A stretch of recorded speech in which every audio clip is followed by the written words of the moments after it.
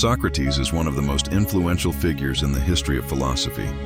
Born in Athens around 470 BCE, he lived during a time of great political and cultural change, despite leaving behind no written works of his own. His ideas and methods shaped Western thought for centuries.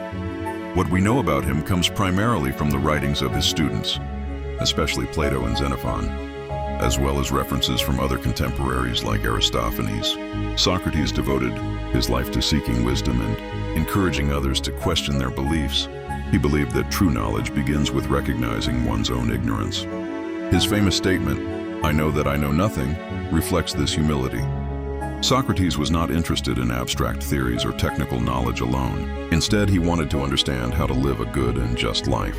The method he used to teach is now called the Socratic Method. Rather than giving lectures or presenting answers, Socrates would ask a series of probing questions. These questions forced people to think critically and examine their own assumptions. For example, if someone claimed to know what courage or justice was, Socrates would gently challenge them through dialogue until contradictions appeared in their reasoning. This process often left people frustrated, but it also opened their minds to deeper reflection. Socrates believed that virtue and knowledge were closely linked.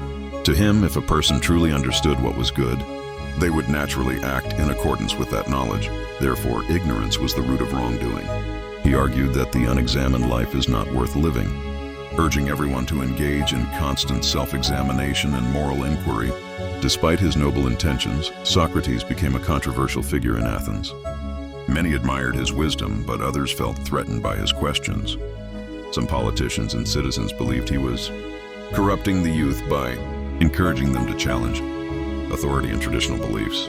In 399 BCE, Socrates was put on trial, accused of impiety, disrespecting the gods of the city, and corrupting young Athenians. The trial is one of the most famous events in philosophy. Socrates defended himself passionately but refused to compromise his principles. He argued that he was fulfilling a divine mission to awaken the conscience of Athens.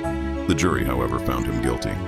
Instead of proposing a punishment that would save his life, Socrates suggested he should be rewarded for his service to society. This boldness offended the court, and he was sentenced to death. Socrates accepted his fate with calmness and dignity. He drank a cup of poison hemlock, surrounded by his friends and students. His death became a symbol of integrity and the pursuit of truth at any cost. Rather than silencing him, the trial ensured that his ideas would live on. Through the works of Plato, Socrates became the foundation of Western philosophy.